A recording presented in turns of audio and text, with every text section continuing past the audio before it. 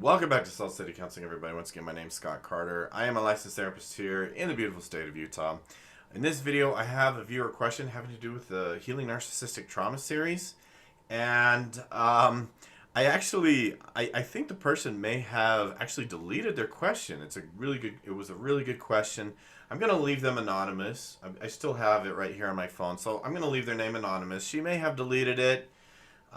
Which is entirely possible if a person has a narcissistic parent or maybe a narcissistic partner. They may be afraid that that person will find their question, find their comments, something that they said online about them. And as we know, narcissists are quick to fly in and get you. How dare you? How dare you step out of line, right? Is kind of how they behave. But it's a really great question. I really wanted to do a video on it anyway. So again, I'm going to leave this person's totally anonymous. They may have deleted their comment, which is totally fine. If you're watching this, viewer, that's totally fine. If you did, but it's a great question. I wanted to do a video on it anyway. So just kind of leaving some relevant information out of it here. So parent so this person stated that they were raised by a narcissistic parent. Okay, and so the question is this: I'm wondering if I actually have a true non-frantic self, because he raised me from the day I was born. I never had a chance to form a personality or really like an identity, right, outside of that. So I'm afraid that I might not have a non-frantic self because being frantic is all I've ever known. I don't know if that makes sense, but yeah, great question. Hope you don't mind me doing this question because it's a great question. I think it would be very relevant to a lot of other people. And so if you're new here, I've been doing this series on healing narcissistic trauma. And this question comes from all of that series. And so I'm going to answer this question. But first, let me get some housekeeping out of the way. If you are new here, help me get to my first 1 million subscribers. Please hit that subscribe button. If you really like my content, please hit the tip jar, man. Cash App, Venmo, and PayPal. All the links are in the description below. You can also send me an email, scottc@saltcitycounseling.com. And let's see, if you're in a high conflict custody or divorce, go check out my new website, highconflictcommunity.com. Currently, it is still pretty bare bones, but the main thing over there is that I have my courses over there. I have high conflict communication, high conflict divorce and custody, co-parenting, high conflict co-parenting, and communication. So those 4 courses are up. So go check out that website. Go and take those courses if they're going to be helpful to you. So to get into this question, I kind of touched on this on my previous video on healing narcissistic trauma. Those videos go up on Sundays. But I started to talk about this, the frantic mind, right? We talk about this frantic mind. The frantic mind is the problem.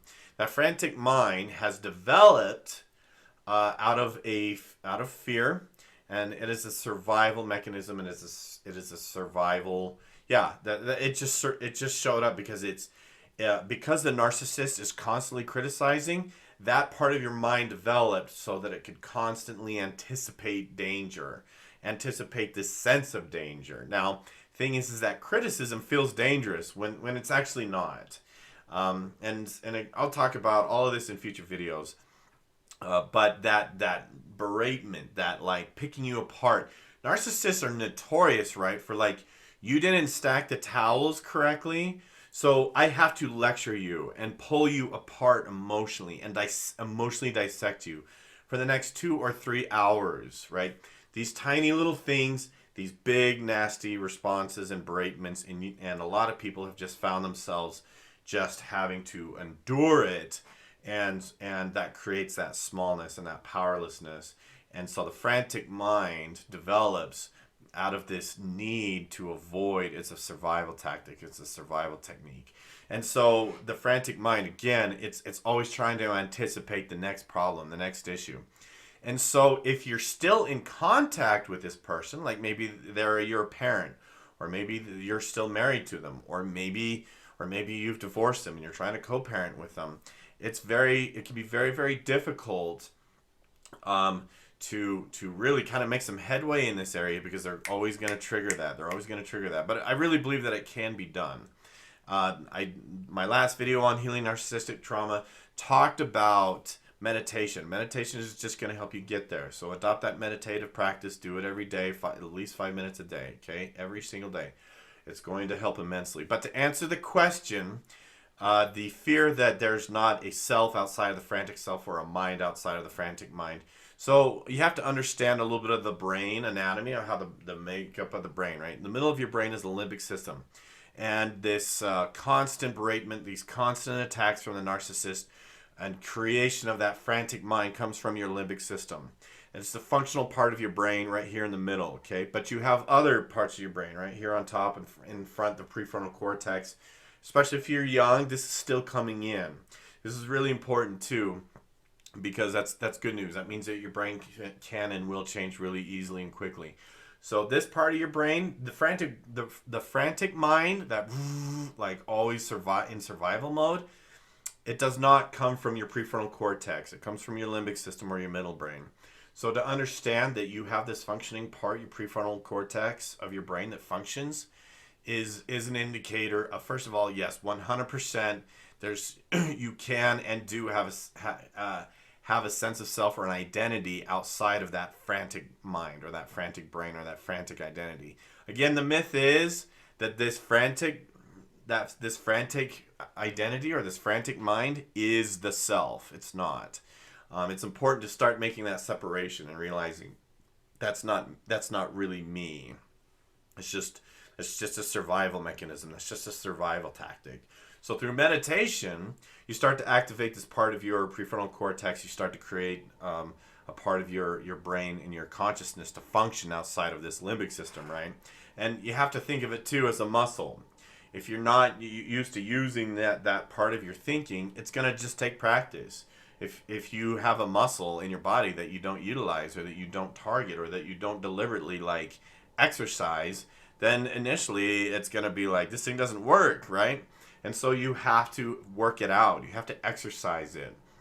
And again, the meditation is intended to help with that, but there's also a lot of cognitive exercises that I'm going to run you through. There's a lot of, just a lot of thinking exercises, a lot of cognitive exercises, and a lot of them that I have people do, right? They start and they're like, I don't, my brain's not doing it for me. Well, that's because you've never taught it how to do that. So you just have to work it out. You have to exercise it. Okay? So the answer to the question is most definitely yes, is that everybody has different functioning parts of the brain. Your prefrontal cortex doesn't know how to do that frantic thing. It doesn't. It's not its function. It doesn't function that way. That would be almost like, your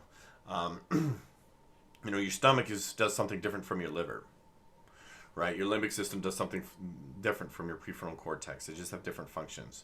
So the answer is yes, most definitely yes. Okay. Try to remember that you are absolutely able to develop all of this. And the idea is to remember to, like, by the way, this particular question too, do I have a self, or is there a me outside of this frantic mind? That's a question that comes from the frantic mind. That's a frantic mind question. The frantic mind is always finding something to worry about, a perceived fear, a perceived danger, something to be worried about, something to be afraid of. That's just a function of the frantic mind. You can expect it to do that. And so, honestly, that's the question that comes from the frantic mind. So try to remember, like, hey, is this me, or is this the frantic mind? So if I was to give you like a cognitive exercise, me or the frantic mind, me or the frantic mind, and start working to build a sense of self outside of that frantic mind. Okay? So that's going to answer that question. Thank you so much for the viewer question. If you have one, please submit it. And this one was very good. It was very positive. It was very helpful. And these types of questions help me to get the content out there that is really valuable for people. So thanks for watching, and we will see you in the next one.